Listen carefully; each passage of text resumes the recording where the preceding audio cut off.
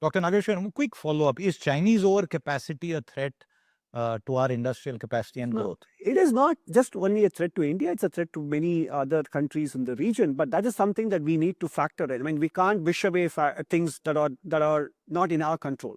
We have to take that as a given. I mean, so and then therefore work doubly harder in terms of improving our competitiveness, which is why we pointed out in the survey and in the presentation to lowering our input cost, whether it is cross subsidization of freight and power and inverted duty structure and deregulation. So essentially, it simply calls upon us to get our competitiveness act together in a much shorter time frame. So you said that this is a reform express and the Prime Minister has also focused on that. What is there for the common man this time in the budget, since you've already reformed the direct taxes and the GST structure? Is there still enough room for consumption stimulus and the tax structure to be further simplified? No, it's a matter of another 3 more days for us to wait for the budget. And also, my question is to the gold prices and the silver prices. Gold prices are at all-time high, 1.68 per 10 grams. Silver prices have touched another record. When do we expect them to normalize or to, go back to their original levels of actual consumption, which the people are looking at in times of their needs in terms of marriage and the other valuables that they... No, in fact, your question about gold and silver actually partially answers your earlier question about consumption stimulus, because given the holdings of gold and silver in Indian households, there is a latent wealth effect here, which we are not factoring in. People who have been having existing stock of gold and silver are going to feel wealthier compared to what they would have felt about their net worth 1 year ago. In fact, the Indian households have touched the record, like they hold... The household net worth would have gone up significantly in the last 2 months because of the increase in the Also, in relation to Maria's question, that are the geopolitical conditions only responsible for their rise, or the... Look, in the case of silver, you might point to industrial use and the potential shortages, etc. But in the case of gold, it's clearly it's a geopolitical play. It's also a play on certain lack of comfort with fiat money itself in general. Considering what is happening with the potential for depreciation in the US dollar, or the potential for negative real interest rates in developed countries, because they have this huge public debt and they have to bring it down, government debt, and markets are anticipating. So the gold prices are reacting to the way policy may evolve in those countries, which may keep interest rates too low, and therefore the attractiveness of holding those currencies may not exist. Right time to sell, hold, invest, to what? No, you're asking me to put on the hat I used to wear for previous 20 years before I came into the government.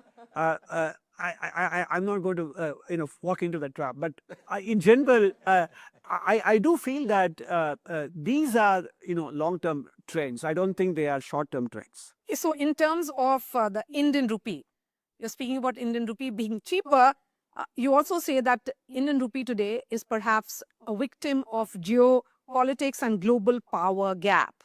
Then how are you looking at our competitiveness vis-a-vis the world? No, I think the current weakness in the Indian rupee so far is actually adding to competitiveness, because it is not increasing our import costs. Crude oil prices are well behaved, and barring copper, many industrial metal prices have been well behaved. Food inflation is low, etc. So if at all there is a time for the rupee to depreciate, this is as good a time as any for this to have happened.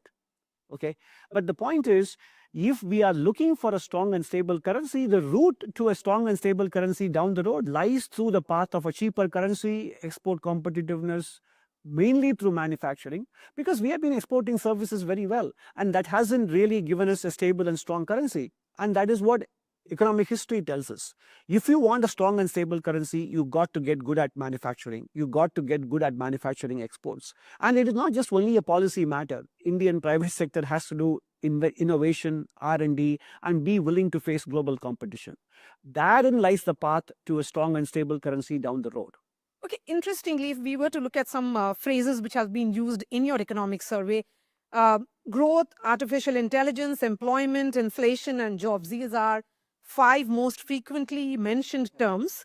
And growth, for instance, has been used 889 times, AI and employment mentioned 387 and 305 times respectively. This certainly shows what are the priorities of this government. We are looking at AI finding a mention as an area which is going to be evolving far more. How are you looking at the placement of AI vis-a-vis growth? In terms of reaching services to parts of India where human shortages are there, whether it is nursing, whether it is radiologists, whether it is healthcare, elder care, etc. In some of these areas, I think AI can compensate, but not in all areas. Is there a bubble in AI which needs to be corrected? Not necessarily in our country, but I'm talking about the AI valuations in the developed world. Probably yes. But when you're talking about AI and their impact on India, there are some areas where I think they're definitely going to be a huge complement to human resources.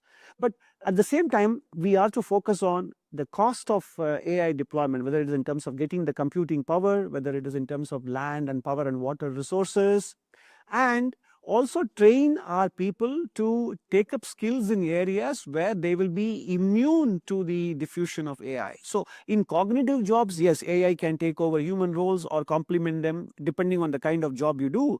But there are multiple areas in which human role is important, whether it is in elder care, early childhood education, culinary skills, and in dye making, carpenting, civil engineering, plumbing, electrical, all these things you still have manual. So it's very important for us to talk of AI and growth to give a certain respectability to skill areas which have been neglected in the past.